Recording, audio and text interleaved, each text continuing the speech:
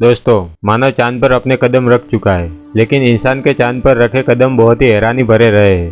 आज से 50 साल पहले जब भारी भरकम टेलीविजन आज हमारे जेब में रखे फोन से भी कम फीचर रखते थे और विज्ञान भी उतना आगे नहीं था, तब नासा ने 1969 में इंसानों को लगातार 2 बार चांद पर पहुंचाया। एक बार जुलाई में और दूसरी बार नवंबर में। महज 4 माह में दूसरी बार चांद पर, जैसे कि नासा की कोई चीज़ चांद पर छूट गई हो। सिर्फ उतना ही नहीं, 1972 आते आते नासा ने इंसान को 6 बार चांद पर पहुंचा दिया और इतिहास रच दिया।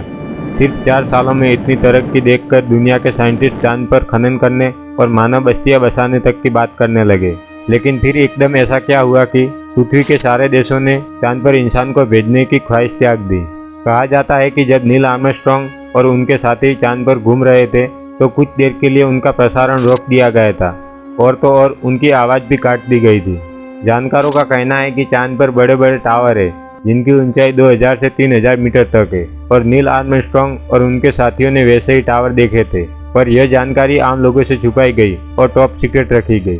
और इन टावरों के बारे में जानने के लिए ही नासा ने जल्दी चांद पर इंसानों को भेजा। जानकार यह भी बताते हैं कि जब इंसान आखिरी बार चांद पर गया तो वहां पर एलियंस आ गए और उन्होंने इंसान को धमकी दे दी कि वापस चांद पर ना आए। इनफैक्ट नील आर्मस्ट्रॉन्ग ने खुद अपने एक इंटरव्यू में कहा था कि उनके यान का पीछा एक बहुत ही एडवांस टेक्नोलॉजी वाले यूएफओ द्वारा किया गया था।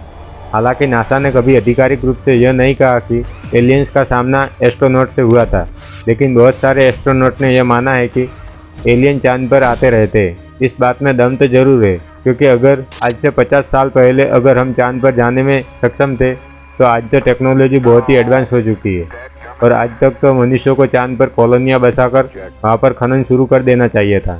हालांकि 2019 में नासा ने नेशनल प्रेस कॉन्फ्रेंस में कहा था कि मनुष्यों को फिर से चांद पर भेजा जाएगा, लेकिन इसके लिए तैयारी करने में 10 से 12 साल लग सकते हैं। उनका यह बयान फिर से सवाल खड़े करता है, क्योंकि जब 60 के दशक में हम एक साल में 2 से 3 बार मनुष्यों को चांद पर भेज सकते थे, तो अब तो टेक्नोलॉजी बहुत ही एडवांस है, तो अब चांद पर जाने के लिए 10 से 12 साल क्यों लग सकते हैं। और अब तो हमारे पास इंटरनेशनल स्पेस स्टेशन भी है। 21 जुलाई 1969 को नील आर्मस्ट्रॉन्ग ऐसे पहले पृथ्वीवासी थे जिन्होंने चांद पर अपने कदम रखे, लेकिन चांद पर कदम रखने से पहले ही चांद पर किसी और के पैरों के निशान मौजूद थे। नासा कहता है कि चांद पर किसी भी तरह का जीवन नहीं पनप सकता, क्योंकि चांद एक वीरान और बंजर जमीन है और ऐसा कोई कारण नहीं है कि जिसके बल पर कहा जा सके कि चांद पर जाना मानव के लिए हितकारी है और इसीलिए मानव को चांद पर नहीं भेजा जा रहा है।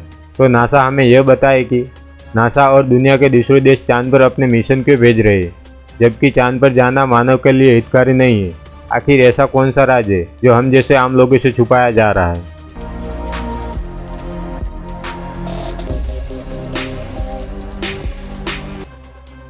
माना जाता है कि अतीत में किसी बड़े पिंड के पृथ्वी के टकराने से पृथ्वी के मलबे से चांद का निर्माण हुआ, यानी कि चांद पृथ्वी के बाद बना है और चांद और पृथ्वी के धरातल एक समान होने चाहिए, पर ऐसा है नहीं। हालिया खोज बताते हैं कि चांद पृथ्वी से पुराना पिंड है। जब चांद से लाए गए मिट्टी की जांच की गई तब उसे 530 करोड़ साल पुराना माना गया, लेकिन पृथ्वी तो महज 450 करोड़ साल ही पुरानी है। चांद का धरातल भी पृथ्वी की तुलना में अलग है। 20 नवंबर 1969 को जब अपोलो मिशन के वैज्ञानिकों ने जब एक लूनर मॉडल को चांद पर छोड़ा तो उसके टकराने से चांद पर भूकंप जैसी स्थिति बन गई थी और चांद की धरती करीब 1 घंटा तक कंपन करती रही। वैज्ञानिकों के मुताबिक ऐसा तभी संभव है जब चांद की सतह किसी धातु से बनी हो और अंदर से खोखला हो। चांद की सतह पर पाए जाने वाले पत्थरों में भी भारी मात्रा में यूरेनियम और नेपच्यून जैसे तत्व पाए जाते हैं, जो कि पृथ्वी के पत्थरों में ना के बराबर पाए जाते हैं। इन एलिमेंट्स का यूज स्पेसशिप के बाहरी परत पर किया जाता है ताकि स्पेसशिप अधिक तापमान और दबाव को सहन कर सके। तो क्या चांद भी कोई एलियंस का स्पेसशिप तो नहीं है ना, क्योंकि चांद पृथ्वी के गुरुत्वाकर्षण क्षेत्र से बाहर होते हुए भी पृथ्वी की परिक्रमा करता है। कुछ वैज्ञानिकों का कहना है कि चांद प्राकृतिक है ही नहीं, इसे किसी बुद्धिमान सभ्यता द्वारा बनाया गया है पृथ्वी पर नजर रखने के लिए।